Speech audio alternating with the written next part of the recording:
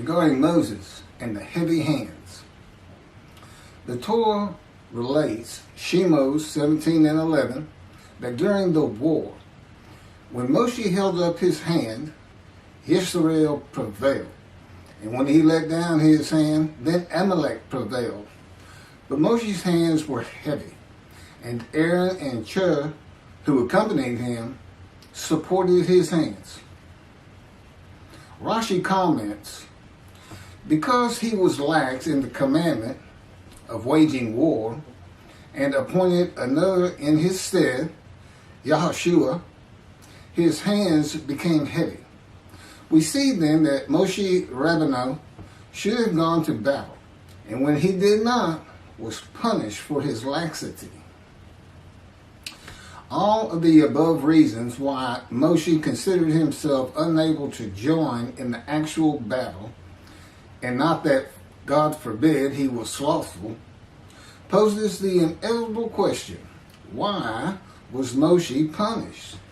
His hands became heavy for doing something which was seemingly so logical. Rashi answers this question by saying that Moshe was punished for being lax in the Mitzvah, and not for being lax in going out to war. For since the war against Amalek was a Mitzvah, a commandment from God, Moshe should have gone to war, and not entertain any of the thoughts to the contrary, no matter how reasonable or logical. A mitzvah must be such that we will obey, and then we will hear. First, one does the deed without entering into any calculations. And since Moshe was lax in the mitzvah, he entered into calculations as to what was best for the conduct of the war, etc. He was punished. All the above is from Shemos, Parshas, Yisroel, 19th day of Shabbat, 574-1, 1981, at Ribby.org, edited. Rashi commenting on Genesis 17 and 3. And Abram fell upon his face, and God spoke with him, saying,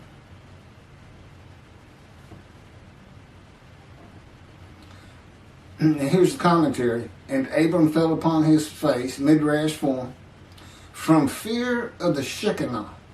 For as long as he was uncircumcised, he did not have the strength to stand when the divine presence stood over him.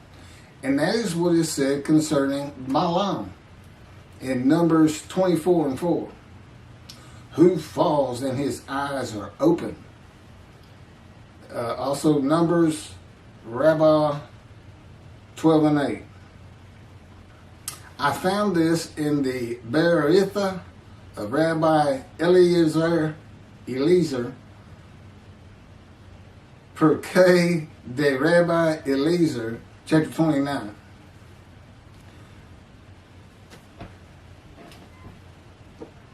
This is verse 6, 7, 8, 9 of Genesis chapter 1. God said, let there be an expanse in the midst of the water, that it may separate water from water. God made the expanse, and it separated the water which was below the expanse from the water which was above the expanse. And it was so.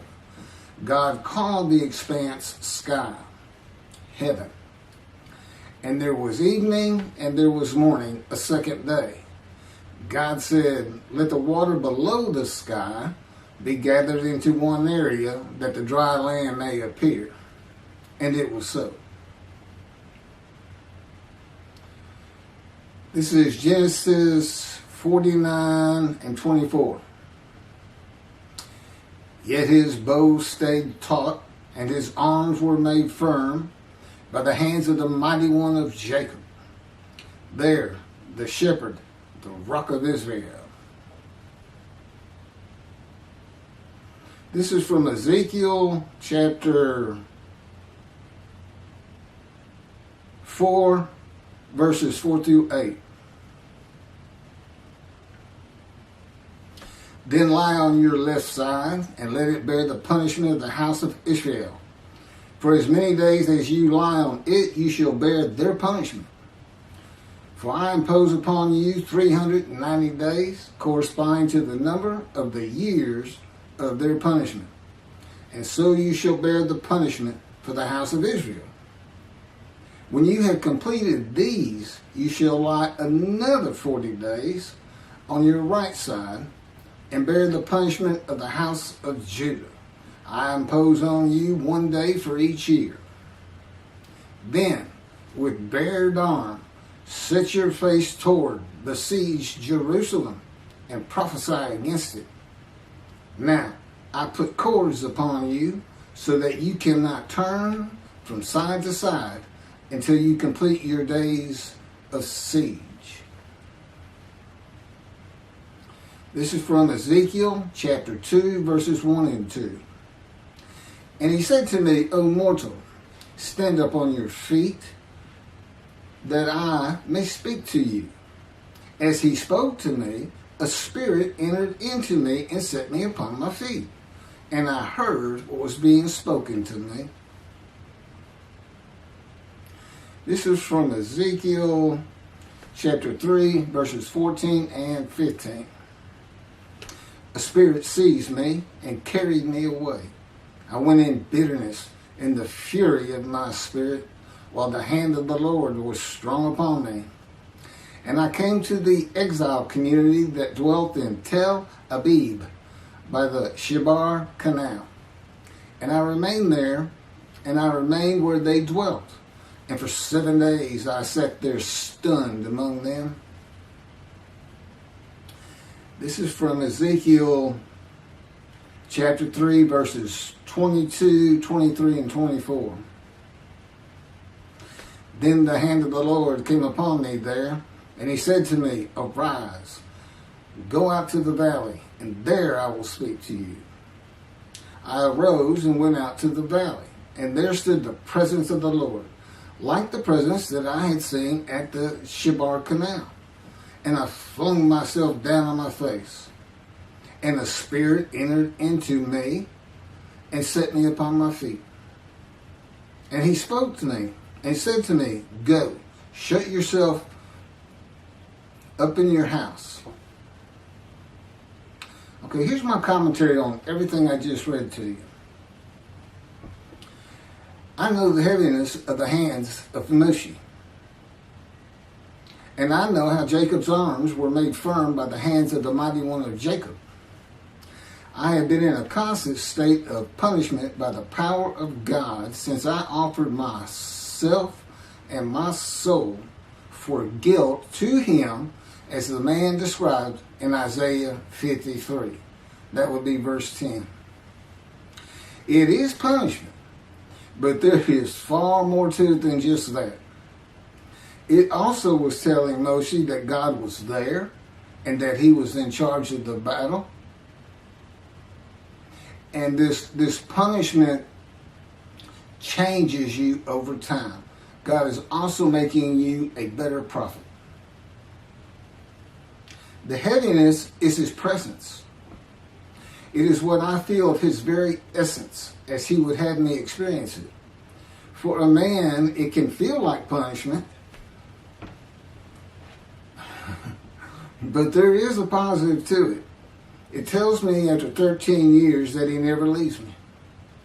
God also has me enveloped in his power. The same cords of his power that God placed on Ezekiel to confine him to his house and prevent Ezekiel from turning from one side to the other for 430 days as he bore the punishment of the houses of Israel and Judah for their sins. It doesn't say sins, but that's what the punishment would be for. Then there's a reference to, okay? The same heaviness that requires the person of the Spirit of the Holy God to set Ezekiel upon his feet. Now that's not real explicit. You know, it sounds more like he just fell down or he flung himself down. Well, he may have known it or not known it, But God's slowed me down many times and then lifted me back up. Again, in other videos, you see this mentioned over and over again, the fire refiner. God is God's boot camp. He's the sergeant and you're the cadet, and he's going to put you through it. The heaviness that required Moses to have the strength to stand when the divine presence stood over him. The verses from Genesis associate waters of the unseen realm of God with the waters of the earth. Unseen waters that are above the sky, because that's the partition. These unseen waters above the sky, that's an element of God's unseen realm that we can't understand or see or know much about. And it's best associated with the waters of the earth. Unseen waters partitioned above and below heaven. Sky. Those below heaven fill the universe and are a part of God's presence. With his power, these unseen waters can do anything that he wills them to do. And God senses and can see the movement of every single thing and person in creation by and through them. Think of a submarine in the ocean, and they send out a ping, and it's a sound wave, and it'll go around rocks and other submarines, this and that, and so you get a picture of what's out there. It's something like that. He doesn't have eyes like human beings. Long ago, God took me to a heavenly room in a vision in body, not in spirit. The purpose was to learn how to bear up to the weight of his presence and these waters that cover the earth when I was walking with him in the cords of his power that enveloped me. It was making me very nauseous. I could feel my body so acutely and real in that room that creation passing before the window actually made me feel car sick, as the weight of his presence and the power around me to offset it was manipulated at his will. It's a little bit complicated, but I've actually spoken about this in other videos. Think of a cardboard box that has been left in a rain or placed in a body of water. It is so light before and so heavy afterwards. The water soaks through the box through and through and retains the water even when lifted. My body is that box. Even my insides can be heavy. Though God decides in his power how much weight I feel at any given moment with the cords of his power. When the vision was over and I was back in the world, the weight of God's presence was much easier to live with. The weight of God's presence is primarily from the waters divided below heaven that cover the earth, but also form from his power that flows from his presence. Okay, that finishes my commentary on the punishment of the heavy hands. I have one more to do on the prophet like Moses. I'm going to take a little break and put on the Havitkah and the raising of the Israel flag in the Temple Mount.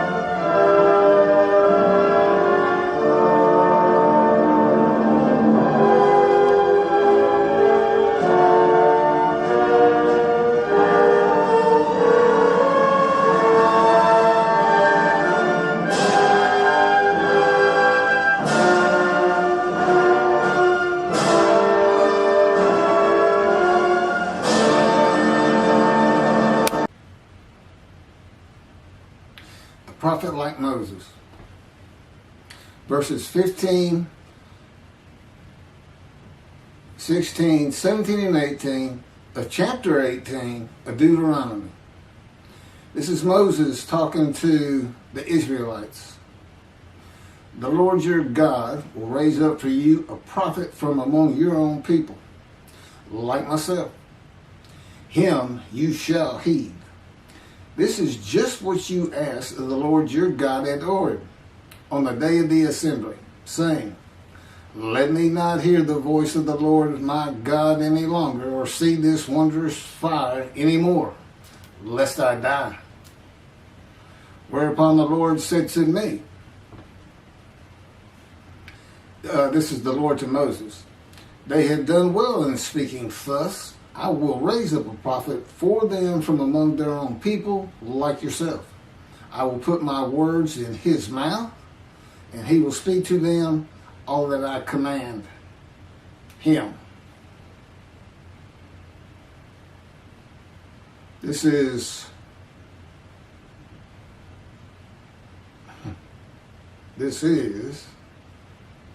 several verses of Exodus, chapter 7,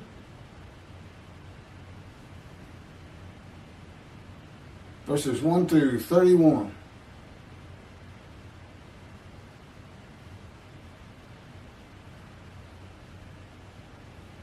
You'll understand why I'm reading this much in it, because I'm going to have commentary on it.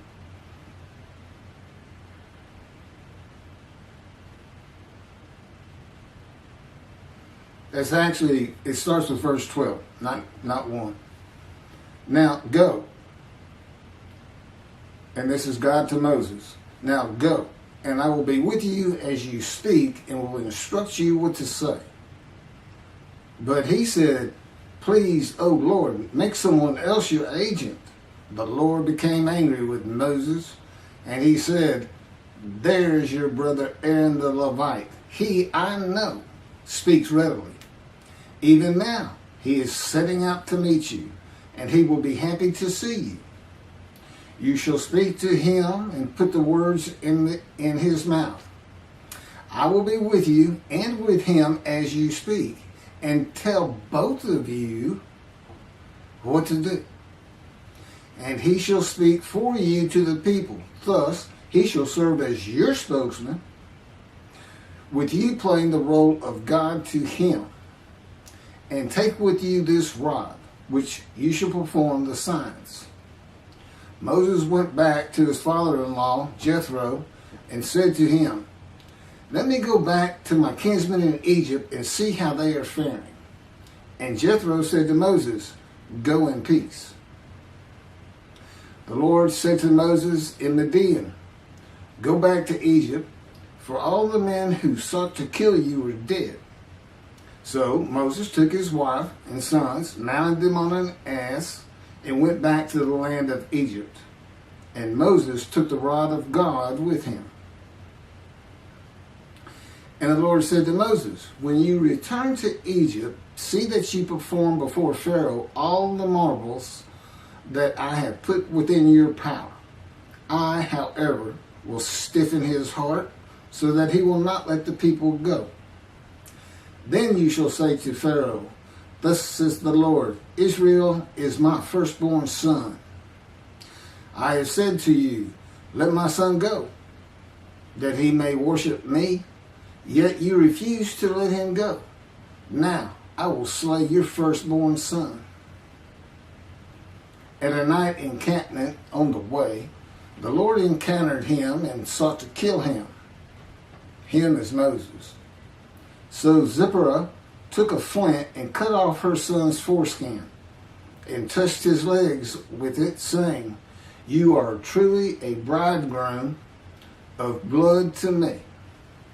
And when he let him alone, she added, a bridegroom of blood because of the circumcision. The Lord said to Aaron, go to meet Moses in the wilderness. He went and met him at the mountain of God, and he kissed him. Moses told Aaron about all the things that the Lord had committed to him and all the signs about which he had instructed him. Then Moses and Aaron went and assembled all the elders of the Israelites. Aaron repeated all the words that the Lord had spoken to Moses, and he performed the signs in the sight of the people. And the people were convinced. When they heard that the Lord had taken note of the Israelites and that he had seen their plight, they bowed low in homage.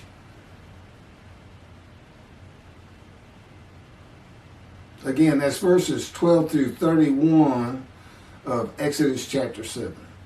Commentary. I am the prophet like Moses.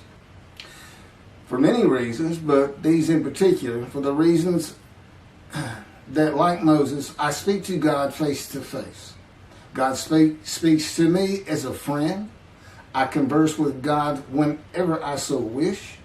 God talks directly to me when he so desires.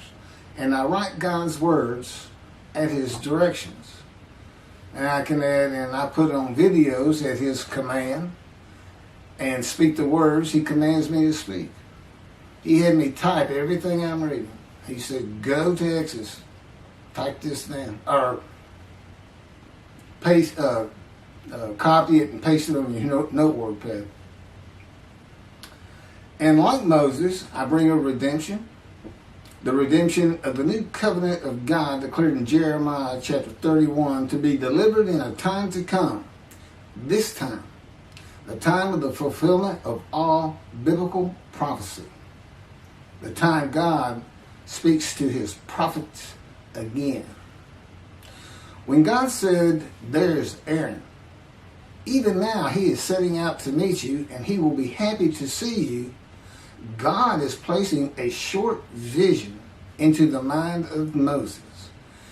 Aaron and Moses do not meet for many days after this at the mountain of God. It is not a trance-like vision where Moses feels that he is in another place and time away from the world. It is more like an image of an event on television that you remember after you have watched it. A little bit sharper than that. It is a vision that goes more to your mind than to your eye. The image would have been of Aaron walking out of his dwelling place, and together with God's words, he is setting out to meet you. Moses knows that Aaron is on his way where they are to meet at the mountain. So, it's okay. This is the way God communicates with Moses and the way he communicates with me. I listen to his words, and he often sends to me picture visions, as does the Holy Spirit of God. They're always together. It is not a confirmation of God's words so much as it is a more perfect way to communicate words with pictures. Often it is just picture visions that have instant meaning to me. God says to Moses, I will be with you and with him as you speak and tell both of you what to do. God often tells me what to do and say when I'm talking with another person. But our level of communication is such that I don't have to actually hear him. He can put knowledge into my mind as I speak. He can take control of what I speak. He can take control of my body and mind and put in different words than I would have used. He is always with me. I am a host of the Lord of hosts. That means God dwells with me. Now, the communication with God and Aaron is much more limited than the communication between God and Moses. Moses is to speak the words God gives him to Aaron for Aaron to speak to Pharaoh. And God is telling Aaron what to do with the words, such as when to deliver them and the tone to use. Because God says, I'm going to speak to both of you. But all the words he's speaking are coming from Moses. So that's what will be left. When to deliver them, how to deliver them. God tells Moses that Aaron will be his spokesman Moses playing the role of God and Aaron being his prophet, as Moses delivers God's words to Aaron to be spoken to Pharaoh. When Moses speaks the words of God to another person, God is speaking through him, just as God is speaking through me in this video and in all 63 videos that we've prepared over the last month and a week or two. And they're all based on 2 books that he dictated to me as he dictated the Torah to Moses. I had to learn everything first, but every word, every sentence, every paragraph, every chapter are his. The first book is about 285 pages long, but that's with about a 30-page addendum, which is a summary of each chapter in a paragraph or so. And it's called Isaiah 53 in the Day of the Lord. And in that book, what he wanted was for me to never say that I am this man. But reading it, you almost can't escape it. At least the thought is he saying, because it would be things like, how do you know Elijah? Well, he'll know everything you can know about heaven. And I got several chapters that are all just about heaven, things that aren't generally thought of or known. So the implication is there. But now the next book we did is called The Life of God's Righteous Servant of Isaiah 53. And it's my life. It's my life. God didn't speak to me, and I was an atheist for 50 years until I was 50. But he was with me from birth to make sure I fit every verse of Isaiah 53, and particularly wounding. He was wounded. Well, I've got 15 surgical scars, and I've been shot through the abdomen and impaled my right knee on a broken glass bottle, and etc., etc. I was like the most accident-prone person you ever wanted to meet. Little did I know I was being prepared for this time.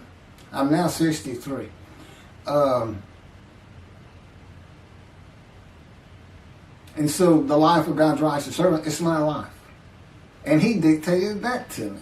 Of course, I didn't have to learn it first. I just had to remember. And he puts remembrance into my mind. I can remember like no other human being on this planet.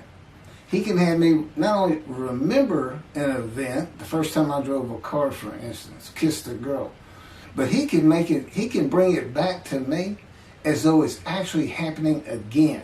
It's not just, I know when I drove a car, I was so excited and it felt so great. No, I feel the excitement. Okay, the ambience of the day. Everything is there.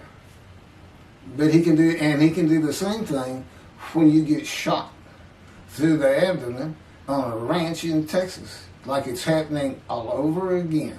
Just to show me what was really going on that day and what he had to do with it, controlling my perceptions. Thanks for listening.